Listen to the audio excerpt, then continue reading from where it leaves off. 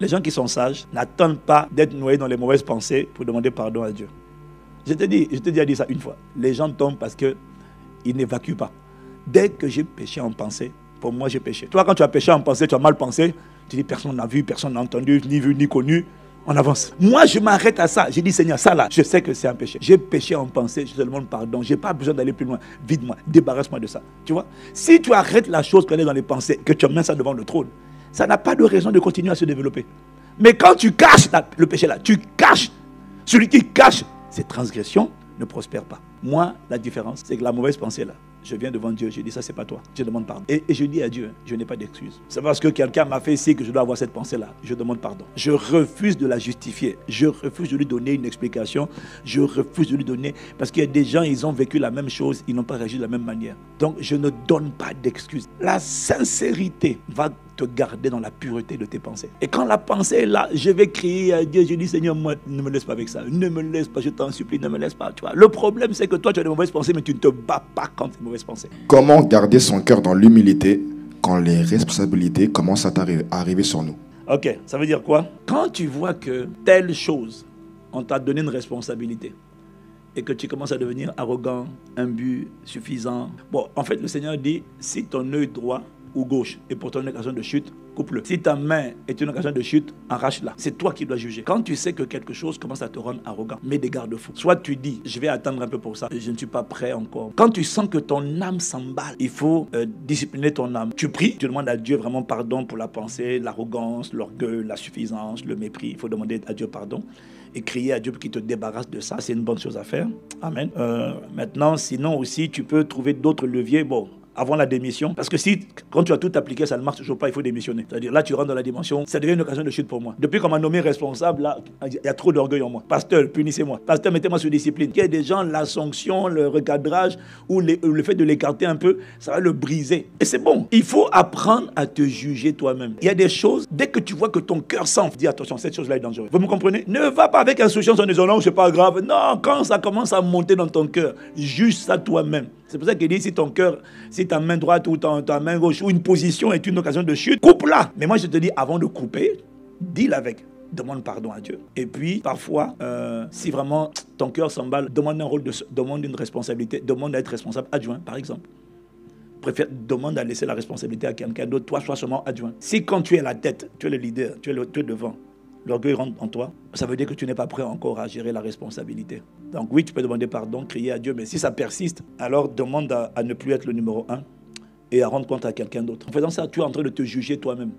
Tu es en train de prendre des mesures, deviens le numéro 2, le numéro 3, laisse la place au numéro 1. Et puis demande aussi aux gens même de te donner leur feedback, de te donner leur avis. Tu es le numéro 1. C'est pareil pour les frères et les sœurs. Quand tu vois qu'une sœur est une occasion de chute, coupe. Ça veut dire prendre la distance. C'est comme quand tu parlais, on avait un truc à l'époque, principe d'accès de longévité dans les palais. Comment un principe d'accès et de longévité dans les palais. Et non, l'enseignement il était trop fort. L'enseignement expliquait comment Dieu prend quelqu'un que personne ne connaît. Le protocole. Sur quoi Dieu se base pour prendre quelqu'un qui est un nobody pour en faire un somebody. Quel est le protocole qui fait que Dieu prenne quelqu'un de l'obscurité et l'amène à la royauté? Il le prenne de la bergerie et l'amène à la chancellerie. Il le prend de l'insignifiance et l'amène à l'impact. Comment Dieu te prend et t'emmène vers ton trône? Parce que maintenant tu as compris qu'il y a un trône pour toi. Ça commence à voir par...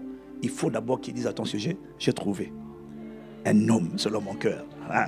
Ça c'est key number one. Et il ne s'arrête pas là. Et puis après, comment il te oint, comment il te connecte. Quand Dieu veut t'emmener quelque part, Dieu va utiliser les gens. Quand Dieu veut t'emmener quelque part, il doit mettre des gens dans ta vie. Dieu passe par les relations. Alors il va mettre 3 types de personnes. 1, il amène une autorité spirituelle. On appelle ça un Samuel. Quelqu'un qui va parler sur ta vie.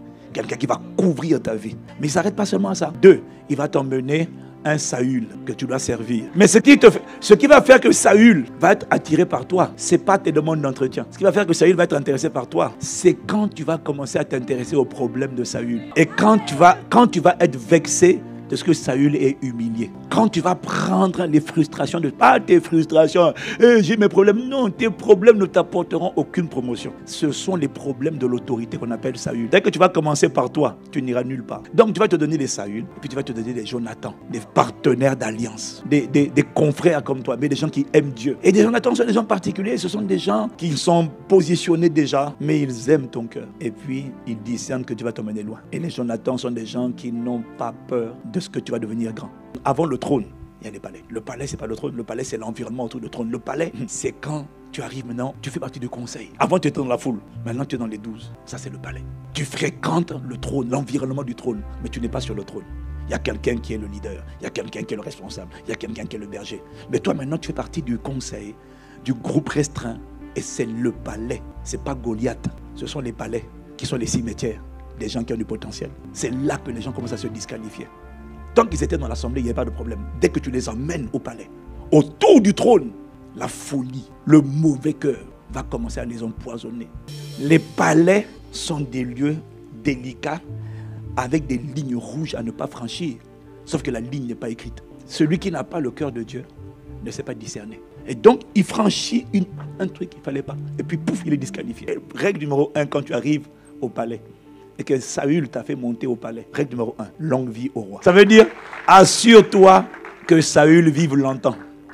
Assure-toi, bats-toi, fais tout pour que Saül reste longtemps au pouvoir. Mais ce que je te dis, c'est compliqué avec un cœur qui n'a pas le cœur de Dieu. Parce que quelqu'un qui n'a pas le cœur de Dieu, il va dire, mais Dieu m'a promis. Donc, il va commencer à prier. Il va commencer à prier et à souhaiter que Saül rapidement lui cède la place et qu'il ait le discernement pour reconnaître que c'est lui le prochain roi. Et dès que tu as ce cœur, tu as un cœur mauvais, déloyal et infidèle. C'est pour ça que la première devise, quand on rentre dans les palais, c'est God save the Queen. Longue vie au roi. On s'assure que le roi vive longtemps. On enterre ses ambitions personnelles. On met de côté la prophétie que Dieu a dit sur nous. Et on fait en sorte que le mandat de Saül réussisse brillamment. Ça, ce n'est pas un cœur naturel. C'est pour ça que Dieu ne peut le faire qu'avec un homme qui a son cœur. Le mauvais cœur va t'enterrer. Tu penses que pour que la prophétie s'accomplisse, Dieu a besoin de ton aide et que tu fasses ta publicité et que tu te mettes en avant et que tu te plaignes. Dès que tu es en train de te plaindre, tout ça là, tu es en train de montrer que ton cœur va te disqualifier.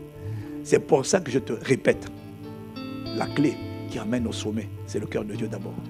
Quelle que soit la prophétie que tu as entendue sur ton futur, comment Dieu va t'utiliser, ce que Dieu va faire de toi, n'oublie pas, mais enterre ça. Passe ta vie à servir. Donne ta meilleure version pour que Saül réussisse. Toi, tu t'appelles David. Il y a un appel sur toi. Mais si Saül échoue, tu vas échouer. Parce que tu n'auras pas été fidèle. Dieu ne te donnera pas le trône. Et c'est rare les gens qui se battent que Saül réussisse. Principe numéro 2, assure-toi de garder des informations privilégiées. À discrétion. Les gens se disqualifient. Parce que quand tu rentres dans les palais, il y a des informations qui circulent. Et les gens se disqualifient parce qu'ils ne savent pas fermer leur bouche. Toi, tu es David. Tu vas jouer dans la maison du roi Saül. Et quand tu arrives dans la maison du roi, on te dit, viens jouer la harpe. Et tu découvres que le roi est fou. Qu'il y a un démon de folie qui s'empare de Saül. Le chef de l'État est un démon. Est-ce que tu as toujours le respect pour le roi? Parce que tu te dis, non, le roi là, tu vas afficher le roi. Tu ne sais pas, tu as été disqualifié. Incapacité à garder des informations confidentielles. Tu allais exposer la nudité du roi. Tu critiques un oint. Tu n'attaques pas une personne, tu attaques une institution. Et Dieu ne sera jamais du côté de celui qui attaque l'autorité. Maintenant, le dernier, c'est David. Toutes les victoires que tu vas avoir, emmène-les au pied de Saül. Parce que David sortait et rentrait à la tête du peuple. Inarrêtable, irrésistible. David, emmène tes victoires au pied de Saül. Ne garde pas le crédit pour toi. Ne dis pas c'est moi qui ai fait. Tu n'as rien fait. Quel que soit ce que Dieu fait, dans l'endroit où tu es, dans l'armée où tu es, dans le groupe où tu es, quel que soit ce que Dieu fait à travers toi, ne prends jamais ça pour toi. Et tu vas voir que c'est facile de prendre ça pour toi parce que quand tu vas faire des exploits demain, on va venir chanter. On va t'admirer. Il y a même des gens qui vont dire Saül a tué 1000. Puis on va dire David a tué 10 000. On va te mettre au-dessus de Saül. On va te louer mieux que Saül. On va faire des commentaires sur toi. On va dire l'élève va dépasser le maître. L'onction là, l'élève là. Franchement, prends le pouvoir maintenant. David, tout ce que Dieu fait par toi, emmène ça au pied de Saül. Parce que Saül est le chef de l'armée. C'est là où je vous ai dit la dernière fois Pose-toi la question. Est-ce que monsieur David, si tu étais dans l'armée du Soudan du Sud ou l'armée des États-Unis, c'est pas toi qui as fait la différence. C'est la logistique qu'on a mis autour de toi. Parce que tu peux être très bon. Mais tu vois, c'est toujours la logistique, la grâce, la capacité qui repose sur l'armée qui va déterminer ta capacité à triompher. Il n'y a rien qui vient de toi. Sors de là, sors de cette armée. Va dans une autre armée, d'un pays pauvre. Malgré ta compétence, ton expertise, ton kung-fu, un petit coup de sniper et tu es mort, c'est fini. Donc, quelle que soit la plateforme où tu es au travail, tu es directeur commercial, tu es responsable commercial, tu fais des belles ventes, tu fais des performances, quel que soit ce que tu as accompli. Si on te félicite, dis non, c'est parce que le chef, le patron, l'autorité a rendu cela possible. Il a mis en place la logistique, il a mis en place les moyens. Ne prends jamais le mérite sur toi. Rends-le toujours au pied de celui qui a mis en place la plateforme pour que tu puisses t'exprimer. Ça, c'est wisdom.